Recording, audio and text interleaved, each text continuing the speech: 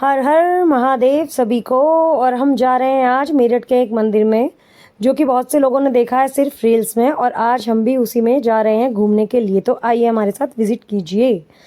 तो हम पहुंच गए हैं मंदिर, जो कि अश्विका मेरी बेटी है वो पहुंच गई है। बोल रही है पापा ये तो बहुत सुंदर लग रहा है देखने में, पहले क्यों नहीं आए।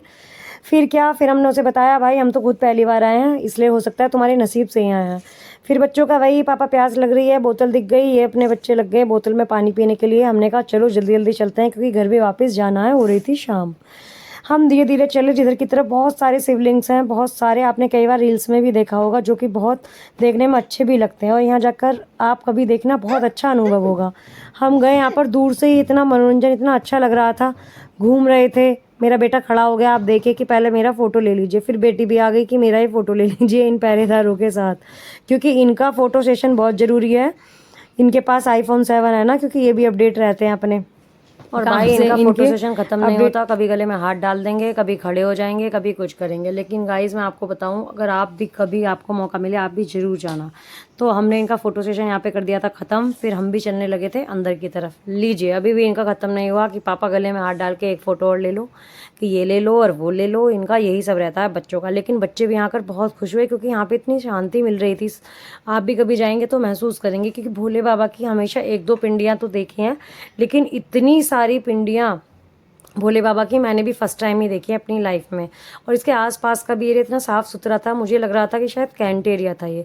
तो हम, आप देख रहे हैं, चल दिए अंदर की तरफ। यहाँ पर आप देख सकते हैं कितने सारे शिवलिंग्स हैं। एक बार को तो ऐसा लगा कि कहीं कि भोले बाबा के कैलाश पर्वत पर ही आ गए, कि इतना सुकून, इतनी शांति।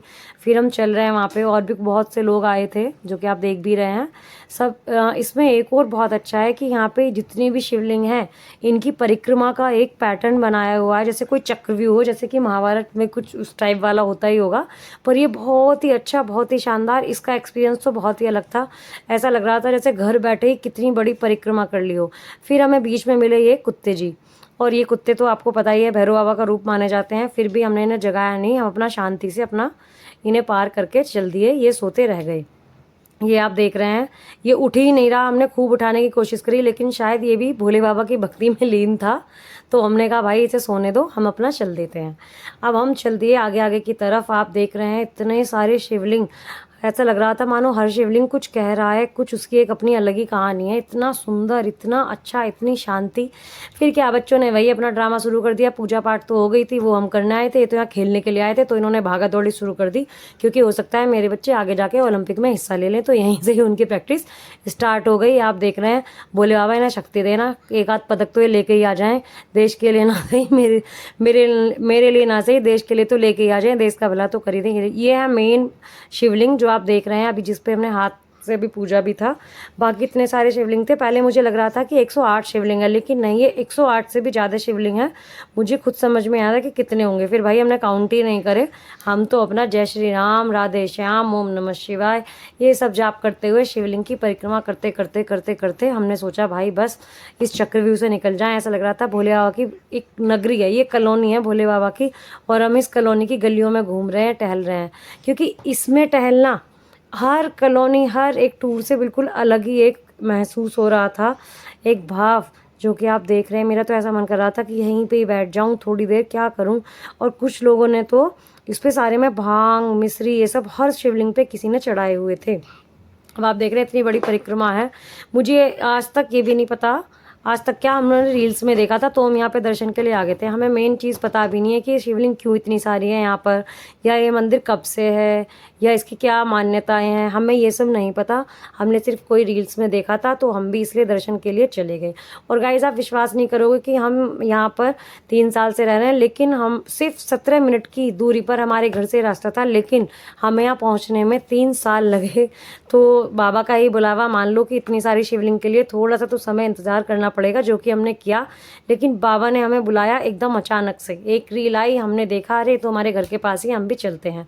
और इतनी बड़ी परिक्रमा, ऐसा लगा कि जैसे गोवर्धन परिक्रमा होती है या कोई बहुत अच्छी चढ़ाई, ऐसा लगा कि ये सब एक पूरी परिक्रमा बाबा की कॉलोनी की जितने भी शिवलिंग थे इनकी परिक्रमा करके हम आ गए नंदी बाबा के पास, जो कि हमारी बात पहुँचाएंगे भोले बाबा तक। क्योंकि कहा जाता है जो नंदी बाबा होते हैं, अगर उनके कान में कुछ कह दो तो भोले बाबा बहुत जल्दी सुन लेते हैं। ये इनके क्या कहते हैं, सीक्रेट वो हैं कि सीक्रेट सीक्रेट बता देते हैं। फिर हमने और मंदिरों के दर्शन करे, आप देख रहे हैं यहाँ पे माता रानी थी। और फिर हम इसमें अंदर की तरफ चले हम क्योंकि हमें बताया था यहाँ पे कुछ एक पूल टाइप भी है जिसमें एक तालाब सा कुछ ऐसा वाला है, लेकिन जो हमने देखा वो इतना प्यारा सुंदर लग रहा था कि मैं क्या बताऊँ। यहाँ पे बंदर भी थे, फिर किसी एक ने हमें लकड़ी भी दे दी कि भाई लकड़ी ले जाओ, कभी पता चले तुमसे ही चिपट जाए बंदर। इतना अच्छा लग रहा था वहाँ पे। और गाइस हमें पता नहीं था कि यहाँ पे इसके अंदर मछलियाँ हैं, वरना हम घर से भी कुछ ज़रूर लेकर आते मछलियों के लिए, मछलियों को दाना वगैरह डालने के लिए। लेकिन यहाँ पे हमें मिल गया, कोई एक भले भैया थे जो लेकर आए थे। फिर उन्होंने कहा कि अब तुम हमसे ले लो और पैसे दान पात्र में डाल देना, तो हमने उनसे लेकर पैसे दान पात्र में डाल दिए। और गाइस यहाँ बहुत सारी मछलियाँ भी थी। और आपको एक राज की बात बताऊँ कि हमने यहाँ पर क्या इकट्ठे करे, वो क्या बोलते हैं उसको, सी सेल्स। हमें तो पता नहीं मतलब बोलते उसको सी सेल्स हैं, लेकिन हम तो जब बचपन में थे उसको शंख बोलते थे, जो पानी में तैरते हुए मिल जाते थे। आप देख सकते हैं कितना बड़ा है ये और इतना सुंदर लग रहा था।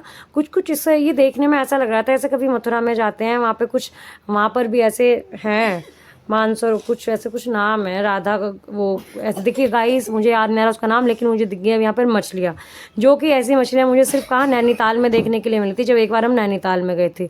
और मुझे नहीं पता था ये ऐसी मछलियाँ मुझे यहाँ भी दिख जाएंगी, सिर्फ मेरे मेरठ में, मेरे 17 मिनट का रास्ते के आसपास ही। और यहाँ पे बंदर था, हम ये सब इसको आटा डाल रहे थे मछलियों के, बेचारा देख रहा था। लेकिन ये मुझे लग रहा था बंदर अभी अभी भर्ती हुआ था अपनी बिरादरी में, इससे एक भी कैच नहीं पकड़ा गया। जिसने भी इसको दिया आटा, इससे एक भी कैच नहीं पकड़ा गया। ये भी नया नया आया है इस फील्ड में, मुझे लग रहा है।